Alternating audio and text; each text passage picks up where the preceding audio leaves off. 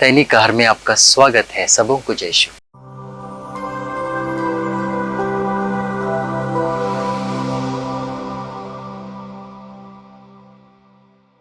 ख्रिस्त में मेरे मित्रों, मेरे प्यारे भाइयों और बहनों, एक दिन की बात है, एक भाई से मेरी बहस छिड़ गई और उस बहस के दौरान वो व्यक्ति मुझसे बहस करते करते कहने लगा कि बाइबल के जो वचन है वो व्यवहारिक नहीं है, अर्थात प्रैक्टिकल नहीं है।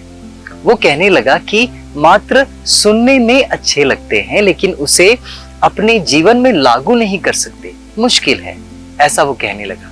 मैंने उसे समझाने की कोशिश की, लेकिन वो मुझे आज का जो सुसमाचार है उन वचनों पर समझाने लगा और कहने लगा कि फादर जी, ये वचन हम अपने जीवन में लागू कैसे कर सकते हैं।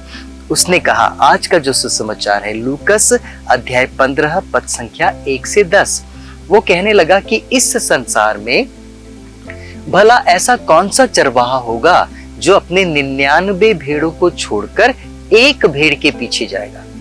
क्या उसे ऐसा पता नहीं कि रेगिस्तान में या मरुभूमि में खूंखार जानवर रहते हैं?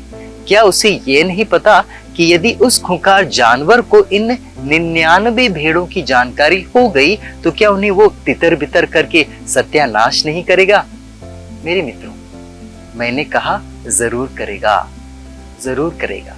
और फिर वो कहने लगा कि इस संसार में भला ऐसी कौन सी महिला है जिसका एक सिक्का खो जाने के बाद जब वो उसे वापस मिलता है तो खुशियां मनाने लगती है, और खुशियां मनाते मनाते वो अपने पड़ोसियों को भी बुलाने लगती है और जितना सिक्का खो गया था उससे से ज्यादा खर्चा करके वो अपने पड़ोसियों के साथ आनंद मनाने लगती है। भला ऐसी कौन सी महिला होगी? क्या यह व्यवहारिक है? क्या यह प्रैक्टिकल है? ऐसा वो कहने लगा। तो मैंने कहा, मेरे मित्रों, जो इस संसार में प्रैक्टिकल नहीं है वो ईश्वर की नजर में प्रैक्टिकल है, वो ईश्वर की नजर में प्रैक्टिकल है। इस संसार में रहते रहते हम सांसारिक दृष्टि से देखना सीख जाते हैं, लेकिन आज इन पाठों के द्वारा आप ईश्वर के नजरिए से देखना सीखें। ईश्वर कैसा सोचता है, ईश्वर कैसा समझता है और ईश्वर को क्या नजर आता है, उस नजरिए से देखने की और समझने की कोशिश कीजिए। मैंने कहा कि ईश्वर की नजर में वो एक खोई हुई भेड़ इतनी महत्वपूर्ण है कि उस खोई हुई भेड़ को बचाने के लिए वो अपना सर्वस्व भी कुर्बान कर सकता है, अपना सब कुछ त्याग कर सकता है, उसके इकलौते पुत्र को भी त्याग कर सकता है, और वही उसने किया।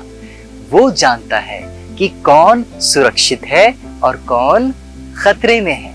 वो जानता है कि उसकी 99 भेड़े अर्थात 99 आत्माएं सुरक्षित है, उन्हें कुछ नहीं होगा, लेकिन वो एक भेड़ या वो एक इंसान या वो एक पापी इंसान जो भटक गया है वो खतरे में है। उसके लिए उसकी जान की कीमत बहुमूल्य है, और इसीलिए तो वचन हमें बताता है, यूहन अध्याय 3 पद संख्या 16, वचन कहता है, ईश्वर ने संसार को इतना प्यार किया, ईश्वर ने संसार को ही और उस एक भटकी हुई आत्मा को या भटके हुए इंसान को या भटकी हुई भेड़ को इतना प्यार किया कि उसने अपने इकलौते पुत्र को भी नहीं बख्शा, पुत्र को अर्पित कर दिया, जिससे जो उसमें विश्वास करे उसका सर्वनाश कभी न हो बल्कि उसे अनंत जीवन प्राप्त हो। और फिर मैंने क्या कहा मेरे मित्रों कि वह महिला एक सिक्के को पाने के लिए दिन भर काम करती है, तब तक काम करती है जब तक उसे वो मिल नहीं जाता, और मिलने के बाद उसकी खुशियों का ठिकाना नहीं रहता, सीमा नहीं रहती। वो उस खुशी को अपने पड़ोसियों के साथ बांटना चाहती है। यह ईश्वर का हृदय को दर्शाता है।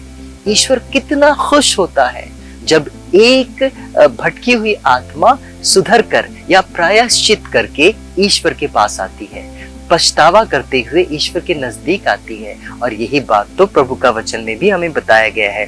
लूकस अध्याय 15 पद संख्या 7, इसी प्रकार 99 धर्मियों की अपेक्षा, जिन्हें पछतावे की जरूरत बिल्कुल भी नहीं, एक पश्चातापी पापी के लिए स्वर्ग में अधिक आनंद मनाया जाएगा।